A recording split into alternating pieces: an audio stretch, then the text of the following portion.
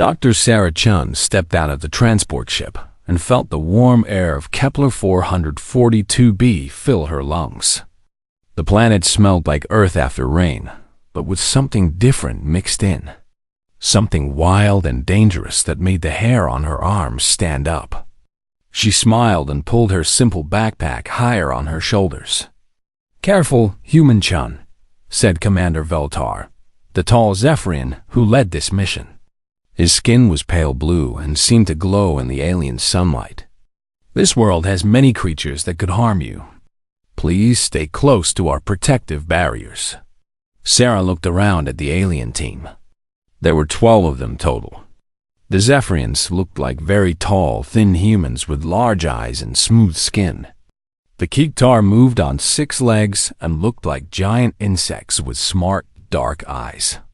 The Umari had smooth skin like dolphins and breath through slits on their necks. All of them wore shimmering force field suits that made the air around them bend and sparkle. "Thank you for the warning," Sarah said. She checked her simple equipment one more time. A basic tent, sleeping bag, water bottles, some dried food, and a simple projectile rifle. No energy shields, no fancy technology. Just the basics that humans had used for thousands of years. The aliens looked at her gear with what she could only call pity.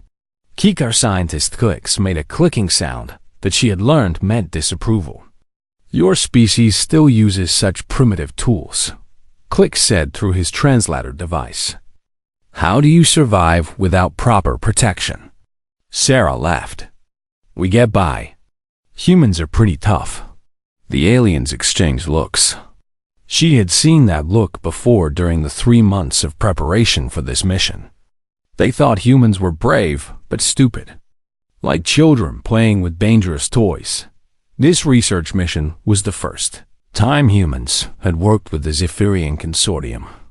For 200 years, the 3 alien species had explored the galaxy together. They were peaceful, smart, and had amazing technology. But they were also physically weak by human standards. Even their strongest warriors could barely lift 50 pounds. The mission goal was simple. Study the wildlife on Kepler 442b, especially the big predators. The planet was perfect for life, with thick forests, clear rivers, and plenty of animals. But it was also dangerous. Very dangerous. "Let us establish base camp," said Veltar. "The energy readings show several large predator species in this area. We must set up full defensive grids before nightfall." The aliens began unpacking their equipment. Everything was automated. Robots carried their supplies. Drones flew overhead scanning for threats. Energy barriers started forming a glowing dome around their camping area. Within an hour, they had created a small fortress of light and technology. Sarah set up her simple tent outside the main camp. When Veltar saw this, his large eyes went even wider. "Human Chun, you cannot sleep outside our barriers. It is certain death." "I'll be fine," Sarah said, checking the rifle and making sure it was loaded. "Besides, someone should keep watch outside your bubble. You might miss something important." This caused a lot of excited talking among the aliens. They spoke in their own languages, but Sarah caught words like reckless and primitive death wish through their translators. Dr. Rumari Solis, the lead scientist, swam closer in her mobility tank. "Human Chum, we must understand. Your species lived with large predators on your homeworld?" "Oh yes," Sarah said, sitting down on a fallen log. "For millions of years. Saber-toothed tigers, cave bears, wolves, lions. We didn't always have good weapons or safe places to hide. But how did you survive?" asked Clicks. "Large predators are the masters of their environments. No prey species can compete with them directly." Sarah thought about this. "Well, we didn't really think of ourselves as prey. We learned to hunt them back. Sometimes we had to fight them with just our hands and simple tools." The aliens went very quiet. Veltar's skin changed to a darker blue, which Sarah had learned meant he was upset or scared. "You fought apex predators with primitive weapons?" Veltar asked slowly. "Sometimes with no weapons at all," Sarah said. "My great-grandfather once killed a mountain lion with his bare hands when it attacked his family. Grabbed it by the throat and squeezed until it stopped moving." This caused more excited alien conversation. Sarah heard words like impossible and death world species. "But surely your people now use proper technology for protection?" asked Dr. Solas. Sarah shrugged. "Most of the time. But sometimes the technology breaks down. Then you have to rely on the old ways." She pointed to her simple gear. "That's why I still carry basic stuff. Electronics can fail. Energy can run out. But muscle and bone and a good sharp stick? Those always work." The aliens looked at her simple equipment with new eyes. What they had seen as primitive tools, Sarah called reliable backups. What they saw as dangerous exposure, she called normal camping. As the sun began to set, the aliens sealed themselves inside their glowing defensive dome. Automated systems hummed to life. Scanner drones spread out in a wide circle. Energy weapons charged up and locked onto anything larger than a rabbit. Sarah sat by her small campfire outside the dome, eating a simple dinner and listening to the sounds of the forest. Night birds called to each other. Small animals rustled in the bushes. And somewhere in the distance, something large moved through the trees. She smiled and checked her rifle one more time. Tomorrow they would start looking for the big predators. The aliens would study them from a safe distance with their cameras and sensors. But Sarah planned to get close enough to see how they really lived. After all, the best way to understand a predator was to look it in the eye. Her ancestors had taught her that lesson long before humans ever dreamed of traveling to the stars. Inside their protective dome, the aliens watched her through their monitors and made notes in their files. Human behavior, reckless but confident. Species appears adapted to high-risk environments. Recommend increased safety protocols. None of them noticed the yellow eyes that watched their camp from the darkness beyond the firelight. 3 days into the mission, Sarah found the first signs. She was walking ahead of the main group, following a game trail through the thick forest, when she saw the claw marks on a tree trunk. They were deep gouges, each one longer than her hand, carved into wood so hard it would dull a steel axe. "Hey, check this out," she called back to the others. The alien team approached in their protective bubble of energy shields. Their scanners immediately started making worried beeping sounds. "Electromagnetic anomaly detected," announced Clicks, reading from his handheld device. "Large bioelectric signature. Apex predator classification confirmed." Commander Veltar's skin went from light blue to dark purple. "Everyone, back to minimum safe distance. Deploy long-range monitoring drones immediately." Sarah ran her fingers along the claw marks, feeling how fresh they were. The sap was still sticky. "These are maybe 12 hours old. Big cat family, I'd guess. But way bigger than anything we have on Earth." "Human Chun, please step away from the predator sign," Veltar said, his voice high with worry. "You are contaminating the area with your biological signature." "Actually, I'm reading the story," Sarah said, looking at the ground around the tree. "See these tracks? 6 feet, not 4. And look at this pattern." It was marking territory, but also sharpening its claws. That means it's getting ready to hunt. She followed the tracks away from the tree, reading the signs like a book. It came from uphill, following the stream. Stopped here to mark its boundary.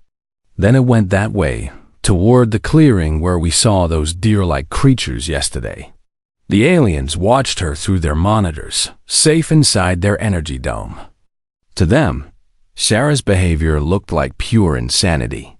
She was following the tracks of something that could clearly kill her, and she seemed happy about it. Human behavior is becoming increasingly irrational, Clicks noted in his report. Subject appears to be pursuing deadly predator deliberately. Dr. Sola swam nervously in her tank. Perhaps we should contact the human ship and request her removal for medical evaluation. But Sarah was already 50 meters ahead, crouched down next to what looked like a small crater in the soft earth. Got a clear print here. This thing is massive. Probably 12 feet tall, maybe more. And smart. Look how it avoided the muddy areas where it would leave deeper tracks. She pulled out her simple camera and took pictures. The aliens had sensors that could map every molecule, but Sarah preferred old-fashioned photographs. Weight distribution says it's built for power, not speed.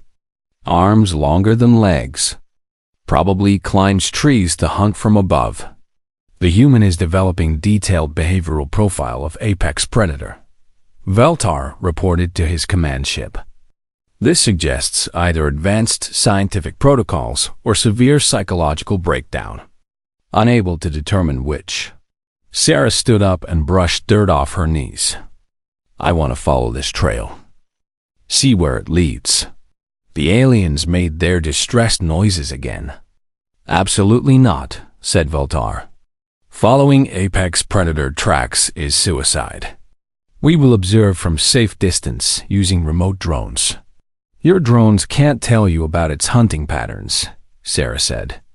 They can't smell its scent marks or see which way it turns its head when it walks.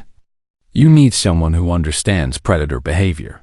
We have extensive databases on predator behavior, Click said. No direct observation necessary.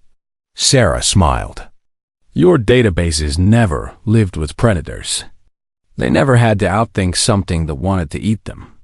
There's a difference between knowing about something and knowing something. She started walking up the trail. The aliens followed at what they considered a safe distance, which was about a quarter-mile behind her, with full energy shields and armed drones.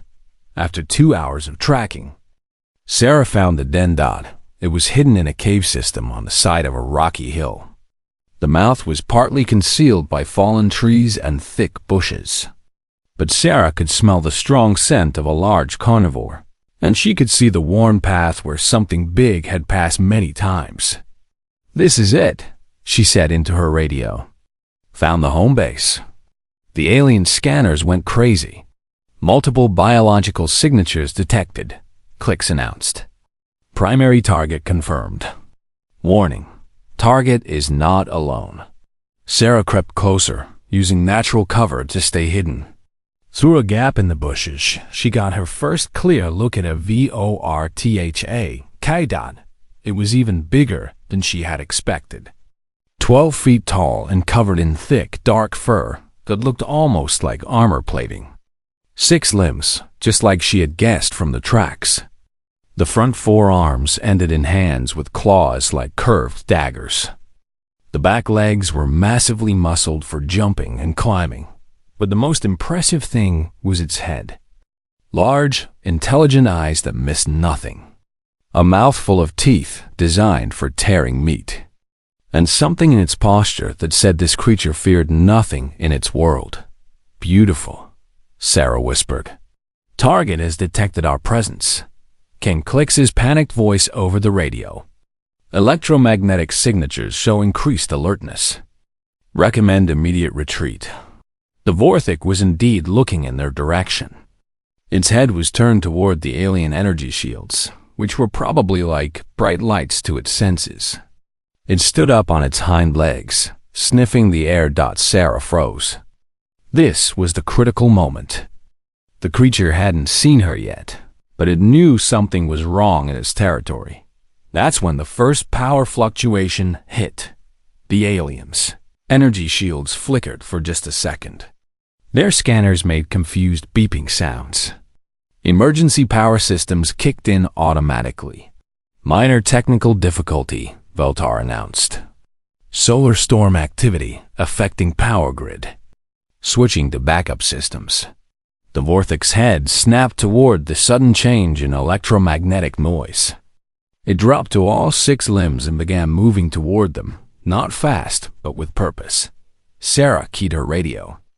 "It's coming to investigate. You guys need to power down everything and stay quiet." "Impossible," said Veltar. "Without shields, we have no protection. And with shields making noise, you're calling it straight to you," Sarah said. "This thing hunts by sound and electrical fields. You're broadcasting your location like a dinner bell." The second power fluctuation was stronger.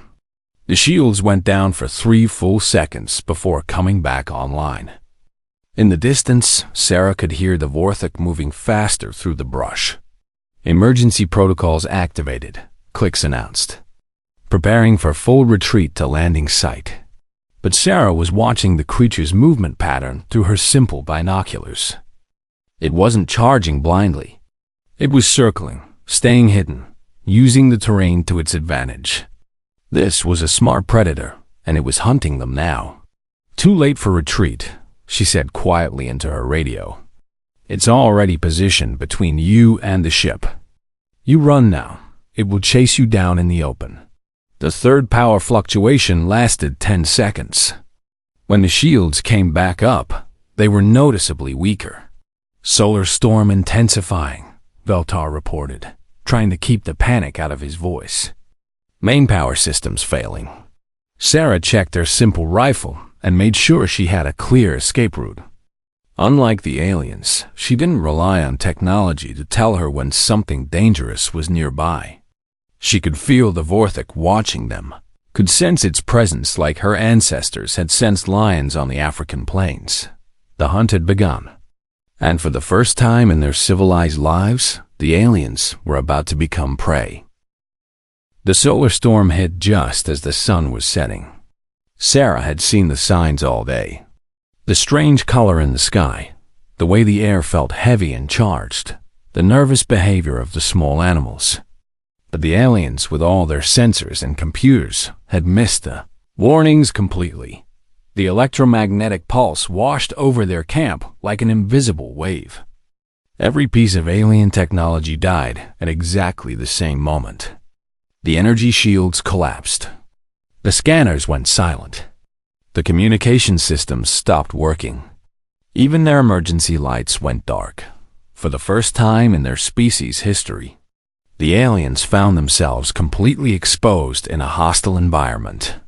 "Emergency backup systems," Veltar called out in the darkness. "Activate secondary power." Nothing happened. The backup systems were just as dead as everything else. "Tertiary power reserves," Dr. Solis said, her voice starting to shake. "Emergency protocols 7 through 15. Still nothing. They stood in the growing darkness, surrounded by the sounds of a planet that didn't care about their technology. Sarah had been expecting this. The solar storm activity had been building for hours, and she knew electronics didn't work well when the sun threw its tantrums. She was sitting by her simple fire, which still burned just as bright as before. "Everyone stay calm," she called out to the aliens. "Solar storms don't last forever. Your systems will come back online in a day or two." "A day or two?" Clicks made his distressed clicking sounds. "We cannot survive without protective systems for that long." Sarah walked over to where the aliens were huddled together. Without their energy shields, they looked very small and fragile. "Sure you can. Humans did it for thousands of years before we invented electricity. But the predators," whispered Dr. Solis. "The apex predator we tracked. It knows we are here." "Probably," Sarah agreed. She listened to the forest around them. Night birds called to each other. Small animals rustled in the bushes. And underneath it all, the quiet sound of something large moving through the trees. Something that was getting closer. "Right," she said. "First thing we need to do is make this place defensible. Help me gather some wood." The aliens stared at her. "Wood? For the fire. Big fires keep most predators away. The light hurts their night vision and the smoke masks our scent." Sarah began picking up fallen branches. "Also gather rocks about the size of your fist. Put them around the fire to heat up. What purpose do heated rocks serve? Asked Veltar. They make good weapons. A hot rock can break bones or burn an attacker. Your ancestors probably knew that before you invented energy weapons. The aliens had no idea what their ancestors might have known. Their species had been civilized for so long that they had no memory of ever living without technology. But they helped gather wood and rocks because Sarah seemed to know what she was doing as they worked. Sarah explained basic survival concepts that seemed impossible to the aliens. How to read wind direction to keep smoke away from your eyes. How to arrange sleeping positions so everyone could watch a different direction. How to use natural barriers like fallen trees to protect your back. These are techniques your species developed naturally. Asked Clicks. Every species that survived long enough to become intelligent, Sarah said. You just forgot them because you didn't need them anymore. She was building what humans call the Ranger Fire. Long and narrow instead of round, so it would give light in all directions, but still leave room for people to sleep around it. The aliens watched her work with simple tools and basic knowledge, creating something their computers couldn't. The fire is too large, Dr. Solus worried. It will attract the predator's attention. The predator already knows where we are, Sarah said. Better to see it coming than let it sneak up on us in the dark. She was right. The Vorthik had been circling their camp for the past hour, staying just beyond the range of human vision. But Sarah could sense it out there. Her ancestors had developed very good instincts for knowing when something dangerous was watching them. Everyone sit with your backs to the fire, she told the aliens. Look outward. If you see movement, don't point at it. Just say, movement, 10 o'clock, or whatever direction. Pointing makes you a target. The aliens arranged themselves in a circle, looking out into the darkness. Their night vision was actually better than Sarah's, but they had never learned to use it for watching for predators. I see something, Veltar whispered. Movement at 2 o'clock. Sarah looked where he indicated. A large shadow was moving between the trees, just at the edge of the firelight. Too big to be anything but the Vorthik. Good spotting, she said quietly. Everyone stay calm. It's just checking us out. Just checking us out? Clix's voice went very high. It is an apex predator. It will attack. Maybe, but probably not right away. It's trying to figure out what we are. We don't smell like any prey it knows, and we're doing things it doesn't understand. That makes it careful. The Vorthik moved closer. Now they could all see it clearly. 12 feet of muscle and claw and intelligent hunger. Its yellow eyes reflected the firelight like mirrors. The aliens made terrified noises and tried to move closer to each other. This was the moment their species' worst nightmares were made of. Face to face with something that could kill them, with no technology to hide behind. But the Vorthik stopped at the edge of the light and studied them. It tilted its massive head, looking at each alien in turn. Then its eyes fixed on Sarah. She met its gaze directly. This was dangerous, she knew. Many predators saw direct eye contact as a challenge. But she also knew that backing down might trigger an attack. Sometimes you had to show strength to earn respect. The Vorthik and Sarah stared at each other across the firelight. Predator to predator. The aliens held their breath, waiting for violence to explode. Instead, the creature made a sound. Not a roar or snarl. Something more like curiosity. It took one step closer. Nobody move, Sarah said softly. It's trying to decide what we are. The Vorthik circled the fire slowly, keeping the same distance. Its eyes never left Sarah. The aliens it seemed to dismiss as unimportant. But it recognized something in the human female that demanded its attention. Why is it not attacking? Whispered Dr. Solus. Because it's smart, Sarah answered. It knows we're not normal prey. Normal prey would be running and screaming. We're sitting here calm, making direct eye contact, acting like we belong in its territory. That confuses it. The Vorthik completed its circle and stopped where it had started. It sat back on its hind legs and continued watching them. The message was clear. This was its territory, and it was deciding what to do about the intruders. Sarah slowly reached for her rifle.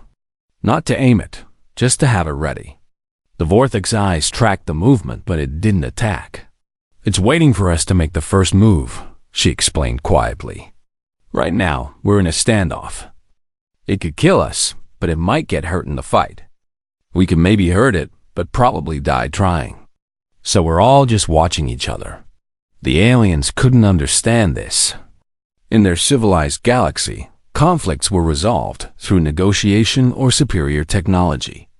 The idea of two intelligent species simply staring at each other, waiting to see who would attack first, was beyond their experience. But Sarah understood perfectly. This was how her ancestors had survived. Not by running or hiding, but by making predators think twice before attacking. The standoff continued through the night. Neither side backing down. Neither side attacking. Just two kinds of predator, measuring each other across an ancient divide. The attack came at dawn. Sarah had been expecting it. The Vorthik had spent the whole night studying them, learning their patterns, waiting for the right moment. As the fire burned lower and the humans and aliens showed signs of tiredness, the predator made its decision. It didn't charge straight at them. That wasn't how smart predators hunted. Instead, it used the growing morning light to its advantage, moving through the shadows between the trees until it was positioned uphill from their camp. Then it began to stalk closer. Sarah saw it first. A flicker of movement where movement shouldn't be. She didn't point or shout a warning. That would only trigger the attack before she was ready. Instead, she quietly reached for her rifle and checked that a round was chambered. "It's coming," she whispered to the aliens. "From uphill? Stay behind me and don't run no matter what happens." The aliens huddled together, their large eyes wide with terror. They had never been this close to death before. In their civilized worlds, dangerous situations were handled by automated systems or professional security forces. They had no idea what to do when faced with a creature that wanted to kill them personally. The Vorthik made its move when Sarah bent down to add wood to the fire.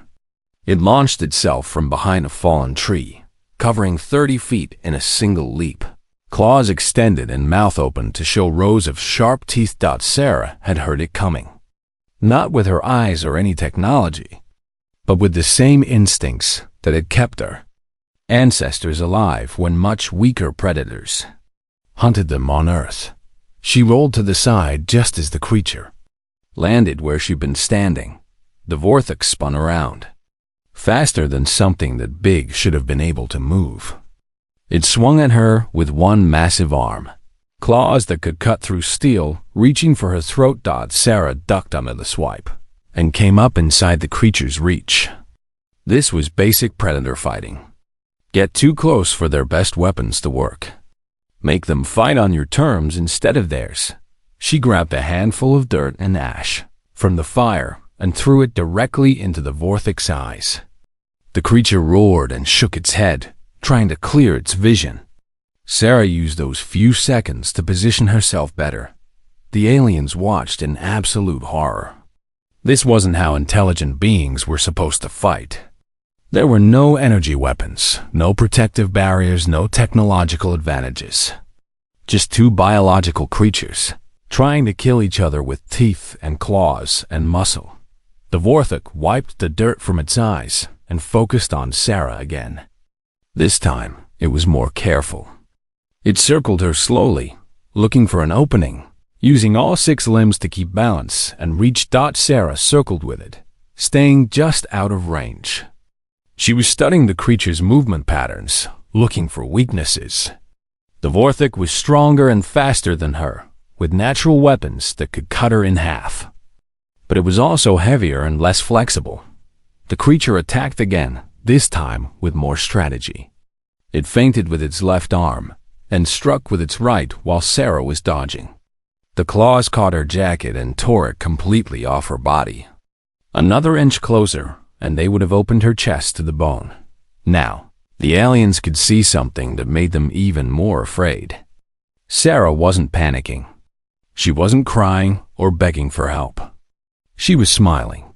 This was what her species had been designed for. 10 million years of evolution had turned humans into the galaxy's most efficient persistence predators. They could run down animals larger than themselves. They could track prey for days without stopping. And when cornered, they could fight with a viciousness that terrified other predators. The Vorthix sensed this change in its opponent. The human female was no longer acting like prey. She was acting like a competitor. Like something that might actually be dangerous. Sarah picked up a sharp rock from beside the fire. Not much of a weapon compared to the creature's natural claws, but humans have been killing much larger animals with rocks for a very long time. The next exchange happened, so fast the aliens could barely follow it. The Vorthix lunged forward with all four arms spread wide, trying to grab Sarah and tear her apart. Sarah dropped flat on her back and kicked upward with both legs, using the creature's own momentum to throw it over her head. The Vorthix crashed into the remains of their campfire, scattering burning wood everywhere. It rolled away from the flames and came up snarling, patches of its fur smoking. But Sarah was already moving. She had rolled backward after throwing the creature, and now she was on her feet with the sharp rock in her hand. When the Vorthix turned toward her, she was ready. She didn't wait for another attack. This time, she went on the offensive. Sarah rushed forward, staying low to avoid the creature's reaching arms. The Vorthix tried to grab her, but she twisted away from its claws and drove the sharp rock into its left shoulder with all her strength. The Vorthix roared in pain and anger. It spun around and backhanded Sarah with enough force to send her flying into a tree. She hit hard and fell to the ground, not moving. The aliens thought she was dead. The creature thought so too. It walked over to where she lay, ready to finish what it had started. That was its mistake. Sarah had learned to take hits like that. Humans were surprisingly tough compared to most species.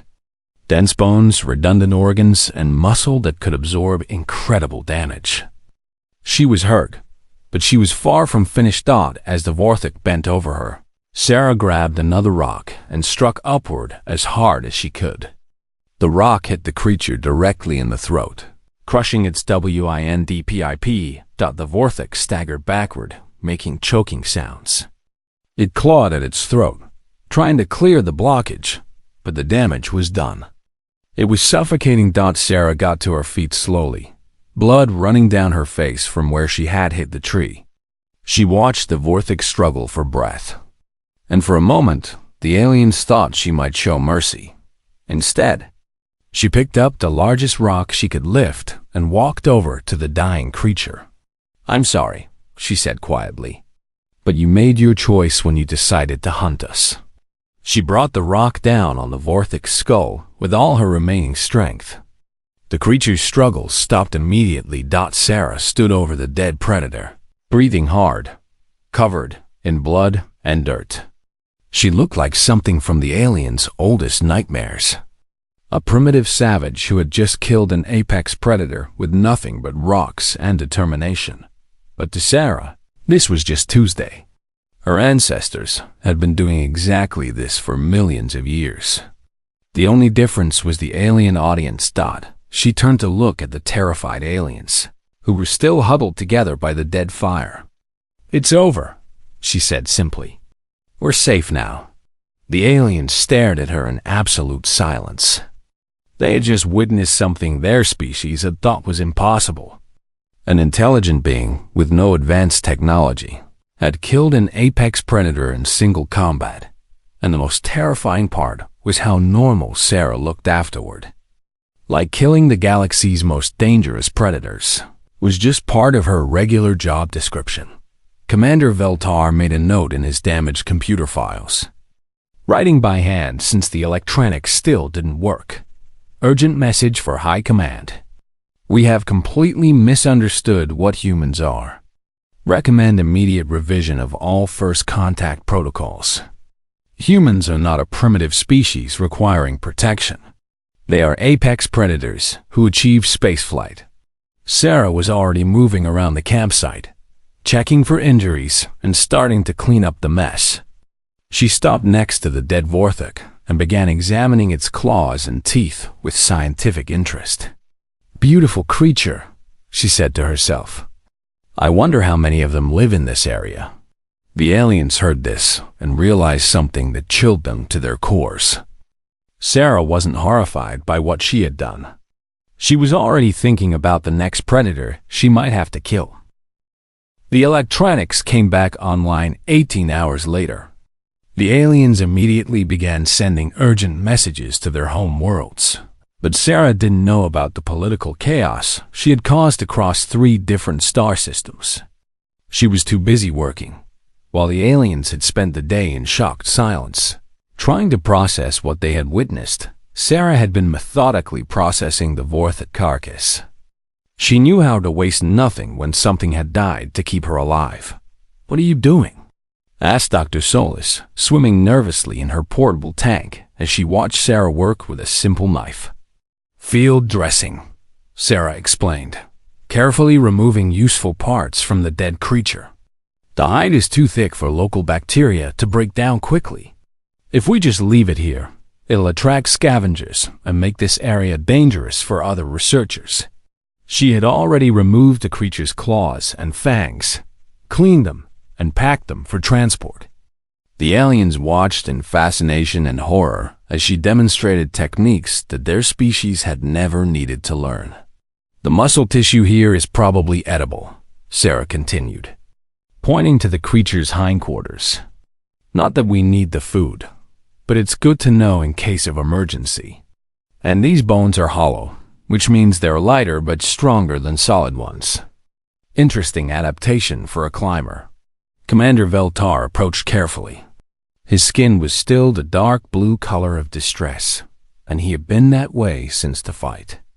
Human-chan, we must discuss what happened yesterday. Sarah looked up from her work. What about it?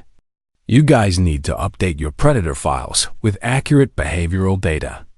That Vorthok was definitely a territorial hunter, not a pack animal like your databases suggested. You killed an apex predator with your bare hands, Veltar said slowly, as if saying the words might make them less real. Well, bare hands and some rocks, Sarah corrected. I had tools. Just simple ones. This distinction meant nothing to the aliens. To them, the difference between advanced energy weapons and sharp rocks was the difference between civilization and savagery. They couldn't understand how Sarah saw them as just different tools for different jobs. We need to know, said Clicks, his translator making stressed clicking sounds. Is this normal behavior for your species? Sarah thought about the question seriously. Fighting big predators? Not really. Most humans never have to do it. We've got technology now, same as you. But we could all do it if we had to. It's still in our genes. All humans could kill apex predators? Dr. Solis asked. The healthy adults, yeah. Maybe not as efficiently as someone with my training, but humans are persistence predators. We're designed to kill things bigger than us. It's what we do. The aliens exchanged looks that Sarah was starting to recognize. The same looks they had given her equipment on the first day. But now, instead of pity, those looks contained something much more complex. Respect mixed with fear mixed with a deep uncertainty about everything they thought they knew. Over the next 3 days.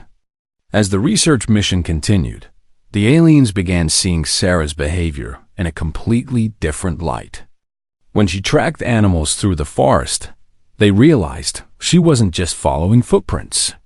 She was thinking like a predator, anticipating where prey would go based on hunting patterns.